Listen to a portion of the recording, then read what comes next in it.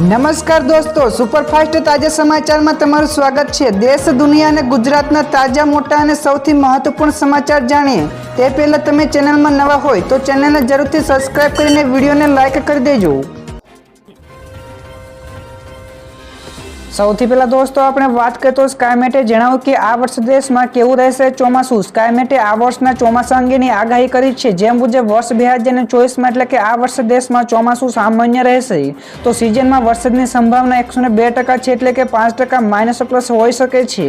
તો જૂનથી સપ્ટેમ્બર સુધી ચાલતા ચોમાસા માટે સરેરાશ 868.6 mm વરસાદની શક્યતાઓ છે। ત્યારે શરૂમાં અલ નીનોની અસર પણ જણાશે, જોકે તે પછી તેની ભરપાઈ પણ થઈ જશે। તો અગાઉ 12 જાન્યુઆરીએ સ્કાયમેટે ચોમાસું સામાન્ય રહેવાની પણ સંભાવના વ્યક્ત કરી હતી। બીજા સૌથી મોટા સમાચાર, વલસાડમાંથી ડુપ્લિકેટ તેલની ફેક્ટરી ઝડપાઈ। મળતી માહિતી અનુસાર વલસાડમાંથી ડુપ્લિકેટ તેલની ફેક્ટરી ઝડપાઈ છે, જેમાં બ્રાન્ડેડ કંપનીના સ્ટીકર લગાવીને તેલનું વેચાણ કરવામાં આવતું હતું। જેના માટે પોલીસ દ્વારા 3 થી 4 દુકાનોમાં તપાસ કરવામાં આવી છે, જેમાં મોટી માત્રામાં ડુપ્લિકેટ તેલનો જથ્થો જપ્ત કરવામાં આવ્યો છે। તો પોલીસે ગુનો નોંધીને વધુ તપાસ હાથ ધરી છે। આગળ વધુ એક સૌથી મોટા સમાચાર મળ્યા છે। સીબીએસઈ બોર્ડે ધોરણ 11 અને 12ના વિદ્યાર્થીઓ માટે મહત્વપૂર્ણ સમાચાર। સીબીએસઈ બોર્ડે ધોરણ 11 અને 12ની પરીક્ષા પદ્ધતિમાં બદલાવ કર્યો છે। જે મુજબ હવે પેપર સ્ટાઇલના નાના સવાલો 40%ને બદલે 30% મહત્વ અપાશે। તો કોન્સેપ્ટ આધારિત સવાલોને હવે 50% મહત્વ અપાશે। તો નવી પરીક્ષા પદ્ધતિનું પ્રશ્નપત્ર બોર્ડે તેની વેબસાઇટ ઉપર મૂક્યું છે। તો પરીક્ષા પદ્ધતિમાં આ ફેરફાર નવી રાષ્ટ્રીય શિક્ષણ નીતિ અંતર્ગત કરાયો છે। ત્યારે આગામી સમયમાં ધોરણ 9 અને 10 માટે પણ આ અંગે વિચાર કરવામાં આવી શકે છે। બીજા સૌથી અગત્યના સમાચાર સામે આવ્યા છે। બનાસકાંઠામાં કોંગ્રેસને ફરી એકવાર મોટો ઝટકો। લોકસભાની ચૂંટણી જેમ જેમ નજીક આવતી જાય છે તેમ તેમ પક્ષ પલટાનો દોર વધતો જાય છે। તો ગુજરાતમાંથી ફરી એકવાર મોટા માથાના ભાજપમાં જોડાયા બાદ હવે મોટી સંખ્યામાં કાર્યકરો પણ ભાજપમાં આવી રહ્યા છે। તો બનાસકાંઠામાં ફરી એકવાર કોંગ્રેસને વધુ એક ફટકો પડ્યો છે, જેમાં દાંતા તાલુકામાં કોંગ્રેસના 500થી વધુ કાર્યકરો ભાજપમાં જોડાતા દાંતા કોંગ્રેસ ઉપપ્રમુખ, સેવાદળ પ્રમુખ, યુથ કોંગ્રેસ પ્રમુખ સહિતના કાર્યકરો જોડાયા હતા। ફટાફટ દોસ્તો આગળના બીજા સૌથી મોટા સમાચાર મળ્યા છે। અરવિંદ કેજરીવાલ ઉપર કોર્ટે આપ્યો મોટો ચુકાદો। અરવિંદ કેજરીવાલને હાઈકોર્ટે મોટો ઝટકો આપ્યો છે। તો કેજરીવાલની અટકાયત સામેની અરજી કોર્ટે ફગાવી છે। તો સુનાવણી દરમિયાન કોર્ટે કહ્યું કે કાયદો દરેક માટે સમાન છે। તો સીએમ માટે કોઈ વિશેષ અધિકાર નથી। તો ઈડી પાસે ધરપકડ કરવા માટે પૂરતા પુરાવા હતા। તો કોર્ટને રાજકારણ સામે કોઈ લેવા દેવા નથી। તો કેજરીવાલની ધરપકડ સંપૂર્ણપણે કાયદેસરની છે, તેમાં કોઈ પણ પ્રકારની ખામી જોવા મળી નથી। ત્યાર પછી દોસ્તો બીજા સૌથી મોટા સમાચાર મળ્યા છે। ચૂંટણીના દિવસોમાં બંધ રહેશે શેરબજાર। 20મી મેના રોજ શેરબજાર બંધ રહેશે। તો એનએસઈએ જણાવ્યું કે લોકસભાની ચૂંટણી માટે 20 મેના રોજ મુંબઈમાં મતદાન થશે। તો આવી સ્થિતિમાં આ દિવસે શેરબજારમાં કોઈ કારોબાર નહીં થાય। તો મહારાષ્ટ્રમાં સામાન્ય ચૂંટણી 19 એપ્રિલ, 26 એપ્રિલ, 7 મે, 13 મે અને 20 મેના રોજ 5 તબક્કામાં યોજાશે। તો આ ઉપરાંત 1 મેના રોજ મહારાષ્ટ્રના દિવસે નિમિત્ત શેરબજાર બંધ રહેશે। તે પહેલા પણ ઈદી એટલે કે 11 એપ્રિલ અને રામનવમી એટલે કે 17 એપ્રિલ ઉપર પણ બજાર બંધ રહેશે। ત્યાર પછી ઝડપથી દોસ્તો બીજા સૌથી મોટા સમાચાર, પીએમ મોદીએ ચીનને આપ્યો જવાબ। પીએમ મોદીએ અરુણાચલ ઉપર ચીનના ક્ષેત્રીય દાવાને ફગાવી દીધો છે। તો આસામ ટ્રિબ્યુનલે આપેલા ઇન્ટરવ્યુમાં પીએમ મોદીએ કહ્યું કે અરુણાચલ ભારતનો અભિન્ન ભાગ હતો, છે અને રહેશે।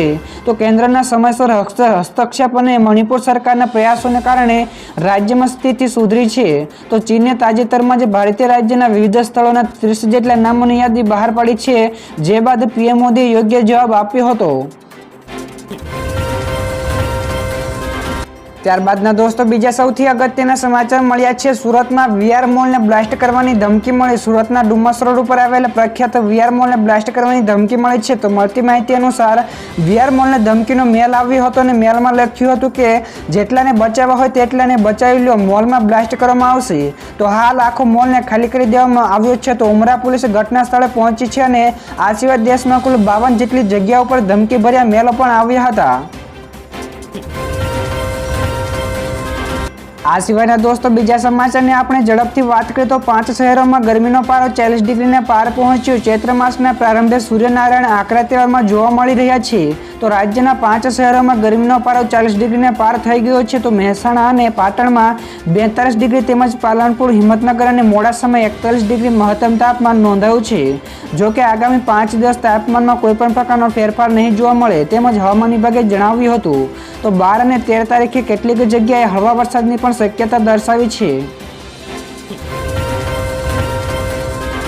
ત્યારબાદ દોસ્તો બીજા સૌથી અગત્યના સમાચાર, ભારતે ડુંગળીની નિકાસને મંજૂરી આપી। ભારતે નેબર ફર્સ્ટ નીતિ હેઠળ શ્રીલંકાને ડુંગળીની નિકાસ કરવાની મંજૂરી આપી છે।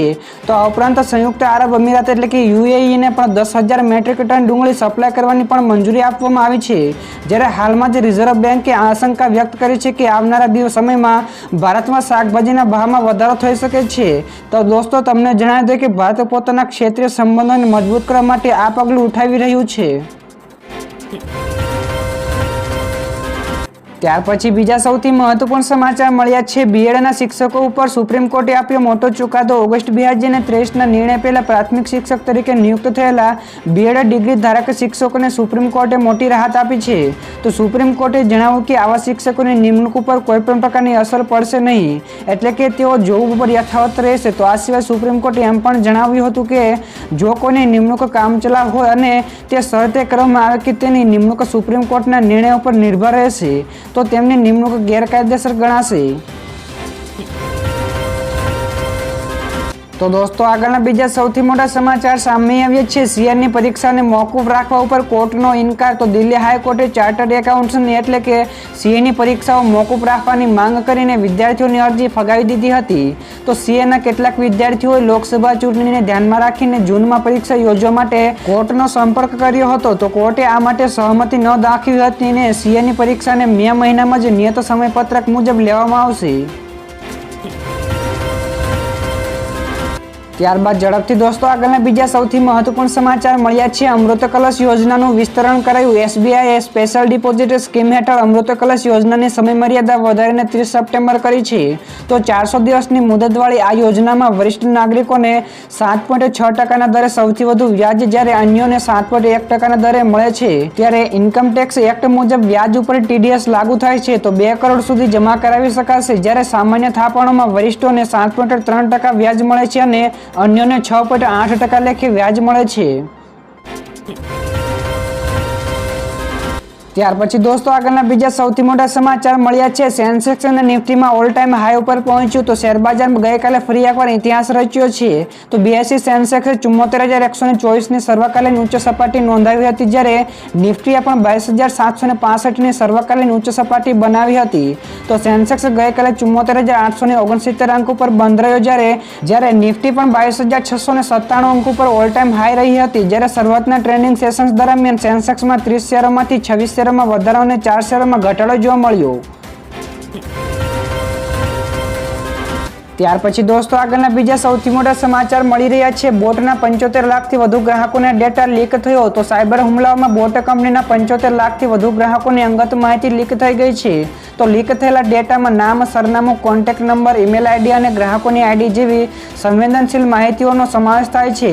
તો સ્પોટીફાઈ જીયુએના નામના હેકરે બોટ લાઇફસ્ટાઇલના ડેટાબેઝનો એક્સેસ કરવાનો દાવો કર્યા બાદ આ વાત બહાર આવી છે।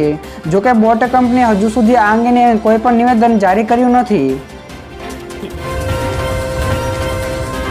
ત્યારબાદના દોસ્તો આ સિવાયના બીજા સમાચારની વાત કરીએ તો ભાવનગરમાં ઉનાળાની ગરમીમાં વીજ કાપ અને પાણી કાપથી લોકો ત્રાહિમામ। તો ગરમીના દિવસોમાં જ વીજ તંત્રને કામગીરી યાદ આવતી હોવાનું લોકમુખે ચર્ચાઈ રહ્યું છે। તો વીજ કાપના કારણે નીલમબાગ ફિલ્ટર હેઠળના 30થી વધુ વિસ્તારોમાં પાણી વિસ્તરણ બંધ રહેતા મહિલાઓ સહિતના લોકોમાં ભારે કકળાટ જોવા મળ્યો હતો। ત્યારબાદ દોસ્તો બીજા સૌથી મહત્વપૂર્ણ સમાચાર, ચાંદી રેકોર્ડ તેજી સાથે ઓલ ટાઈમ હાઈ થઈ। તો સોનું પણ નવી ટોચે। તો શેર બજારની સાથોસાથ સોના ચાંદીમાં પણ તેજીનો ટોન જળવાઈ રહ્યો છે।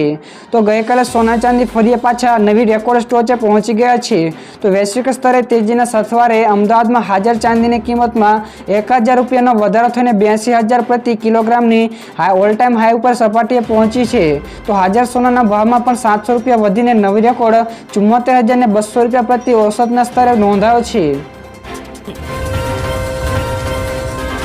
ત્યાર પછી દોસ્તો બીજા સૌથી મોટા સમાચાર સામે આવ્યા છે। દેશમાં પરિવારો ઉપર દેવાનો બોજ સતત વધીને ડિસેમ્બરમાં રેકોર્ડ સ્તરે પહોંચ્યો। તો ડિસેમ્બર 2023માં ભારતીય પરિવારો ઉપર દેવું જીડીપીના 40% નોંધાયું છે। તો બીજી બાજુ બચતમાં પણ ઘટાડો થયો હોવાનું મોતીલાલ ઓસવાલના રિપોર્ટમાં જણાવ્યું હતું। જ્યારે ગત મહિને જારી રિપોર્ટમાં ઘરેલું દેવું અનસિક્યોર્ડ પર્સનલ લોનમાં વૃદ્ધિ નોંધાઈ છે, જ્યારે સિક્યોર્ડ ડેટા, કૃષિ લોન અને બિઝનેસ લોનની માંગમાં પણ વધારો નોંધાયો છે।